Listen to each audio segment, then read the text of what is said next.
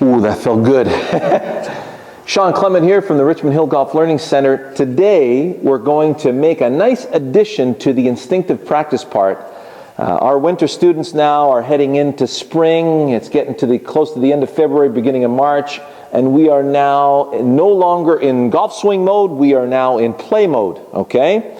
So when they come in here with a full bag of clubs, and they're getting ready. So after a little warm-up, 5-10 minutes, they get ready to play a mental game on the golf course. Okay, so they play their favorite course, and they're going to set up, and on every shot, they play a mental game of baseball. We're demonstrating that it's way more important to make a point in your mental game of baseball than it is for your score out on the golf course. Okay, the score will take care of itself if this mental process is solid. So, without further ado, a game of baseball. To make an inside the park home run every time you swing, the first thing you need is a target and a flight plan to the target. So, my target here is that tree. I want to take it from the left, make a nice fade, start it left, bring it back in the air about halfway, and then cozy it up to the tree or behind the tree when it's out onto the green, okay? So my flight plan is fade, medium height, okay? And now I'm going to set up to make sure my setup matches this fade. So right now, does the momentum feel like it's going left of the tree all by itself? Yes, it does. My ball position is forward, my club face is slightly open. If I allow the momentum to swing out there, does it feel like it's going to start left of the tree and fade back? Yes, it does. I made it to first base. To make it to second base, you need to deliver the goods. Okay? And this is not make sure this and make sure that. Get that out of your head, man. We're going that way, and that's final. All right? Now, what does it feel like when you're delivering the action? Well, it feels like an effortless, powerful whip or swat out there. All right, so let's give it a good whip out there, left of that tree. Here we go. Oh, man. That was delivered out there, period. There wasn't any making sure that I got to be in that position. I wasn't making sure that the contact with the ball was going to be solid, blah, blah, blah. Get out of your head. Deliver the action. So, once you've delivered the action, you get to go to third base and make an observation. The acronym for this observation is RIBS. R-I-B-S. R, rhythm. Did that swing feel rhythmic? So, yeah. That was really good. It wasn't rushed. It felt really good. Impact. How was impact with the ball? Well, I flushed that right in the center of the club face. How was the balance? Balance was awesome. How was the strain level? S for strain level. Did you, or did it feel really easy to produce that big power? So all of the above, all set for me. Now, for a lot of you, after flushing a shot like that, you're going to say, gosh, Shawn, how do I repeat that? That felt so amazing. Well, if you ask the question how, you're out at third base. If you toss it over your shoulder and say, next shot, I've made my observation, then we're good.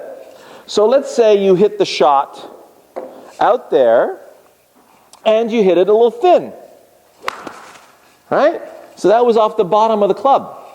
So you say, okay, I hit that thin. Toss it over your shoulder. That's part of the observation.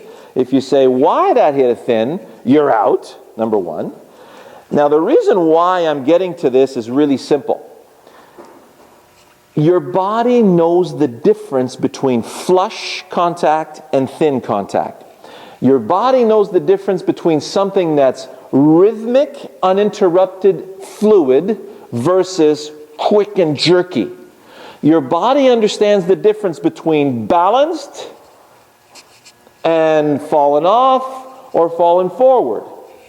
And your body understands the difference between effortless swat and shovey, pushy, strainy swing. All right?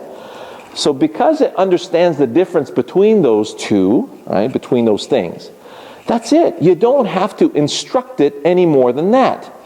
So after first base and you're all set up and you're thinking, okay, boy, oh boy, I only have one chance here. My God, this is so much pressure. Boy, okay, let's really make sure we do this thing right here. You're out at second base. That's it. How are you supposed to let your instincts get this swing if you keep interrupting it mentally? You got this hornet, that's unparking itself and buzzing in front of your face and saying, hey, wow, boy, you have only one shot here, boy. You better make sure you do this and that. That's craziness. A kid doesn't learn how to walk that way, doesn't learn how to ride a bike that way. That's why when you're a kid, you're fearless, right? You don't have time to think about all that crazy, insane stuff. You just do it. This is how you need to be right now. You need to be a kid, all right? I'm going to hit a draw now. I'm going to start it to the right of that tree.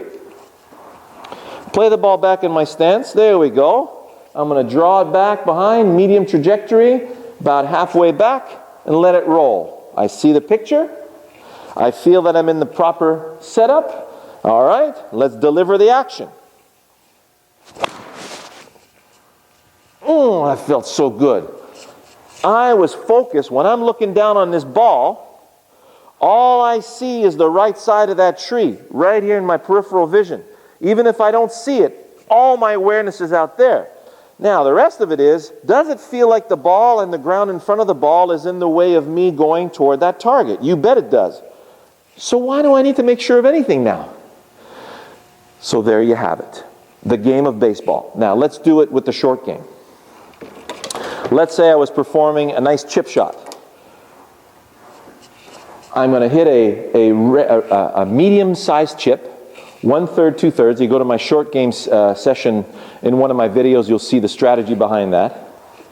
So I get set up to perform my chip, my priority, my target. Right? You've got, this is where I want to end up, in the hole. How do I get there? Well, I want to land the ball there and then use the break of the green and roll it over to the hole. So my landing spot is right there. How much momentum do I need to get to that landing spot? Well, let's see. And that would be too hard. And that would be too soft. Right there. I got my landing spot between those two holes right there. So now I am set up to deliver the momentum to that particular spot. Made it to first base. Now I got to deliver the action. So what's it feel like when you deliver the action properly in chipping? Well, let's say I got a kid on a swing here and I got a beach ball in front of him. Nudge the kid back, let him fall. Does the kid stop there? No. Is the beach ball going to stop the swing? No. The beach ball is in the way of the kid swinging. All right, so I've got kid hanging from the shoulder sockets. I'm braced on my forward leg.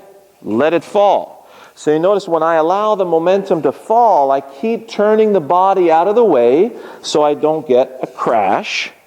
All right, so check out the arms and body timing, Shawn Clement. Also check stop crashing, Shawn Clement. All right, so here we go. Nudge, fall. Is that the momentum? Yes. How did I deliver the goods again? Oh yeah, just let it fall. Gorgeous. Completely allowed the momentum to continue to that spot. I landed it on a dime exactly where I want that ball to land. So what's my observation now? Well, let's look. Was it rhythmic? Yes. How was impact? Fantastic. And what about any strain or manipulation? This is the key here, right? If you took it back a little inside, you'll feel the need to manipulate the club back to the ball. If you took it back nicely, you'll feel like everything just fell right through. Okay? So I'll come up with an acronym in a second for that particular shot. But you get the idea when it comes to the short game. And then it's the same thing when it comes to putting. And we'll do the putting video right next.